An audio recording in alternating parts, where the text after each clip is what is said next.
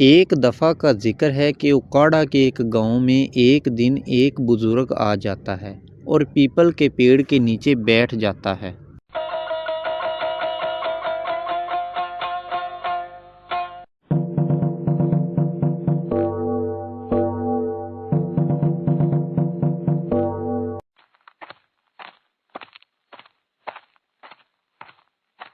گلو چچا، مجھے 1 کلو چینی اور آدھا کلو گھی دے دینا اور پیسے کھاتے میں لکھ لینا۔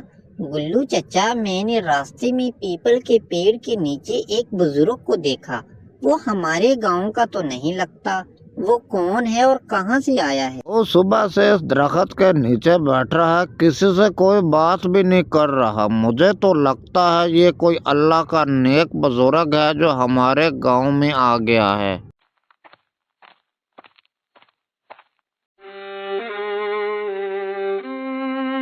بابا جی، میرا بیٹا نوکری کے لیے انٹرویو دینے کے لیے گیا ہے۔ آپ اللہ سے دعا کریں کہ میرا بیٹا پاس ہو جائے۔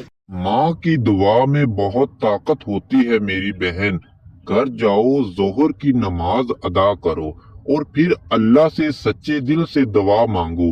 انشاءاللہ تمہارا بیٹا ضرور انٹرویو میں پاس ہو جائے گا۔ ابھی جاؤ گھر۔ اس کے بعد وہ عورت گھر جاتی ہے اور اللہ سے دعا کرتی ہے۔ یا اللہ، میرا بیٹا انٹرویو دینے کے لیے گیا ہے۔ یا اللہ، اسے کامیابی و کامرانی عطا فرما۔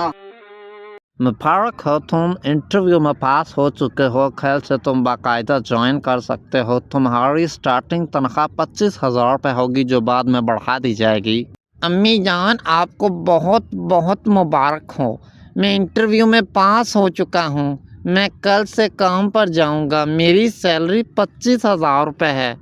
پورے گاؤں میں یہ بات پھیل گئی اور اگلے ہی دن پورا گاؤں اس بزرگ کے پاس پہنچ گیا اور بزرگ کو پیر ماننے لگا۔ بزرگ گاؤں والوں سے کہنے لگا، میں نے تم سے زیادہ جاہل لوگ نہیں دیکھے۔ وہ عورت جب میرے پاس آئی تو میں نے اس سے کہا تھا کہ نماز پڑھو اور اللہ سے مانگو۔ میں بھی ایک عام انسان ہوں، تمہاری طرح میں بھی اللہ سے مانگتا ہوں۔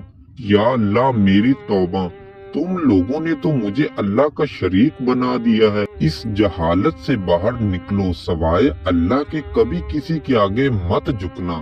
یہ جہالت تمہیں دوزخ کی آگ تک گھسیٹ کر لے جائے گی۔ میں ایسی جگہ 1 منٹ بھی نہیں رک سکتا جہاں ایک عام انسان کو اللہ کا شریک بنا دیا جاتا ہے۔ امید ہے آپ کو یہ میری ویڈیو ضرور پسند آئی ہوگی۔ اگر آپ اس طرح کی مزید ویڈیو دیکھنا چاہتے ہیں تو ابھی میرے چینل گلو چچا کو سبسکرائب کریں، لائک کریں اور بیل آئیکن کا بٹن ضرور دبائیں، کیونکہ اور بھی بہت سے امیزنگ کنٹینٹ آن دی وے ہیں۔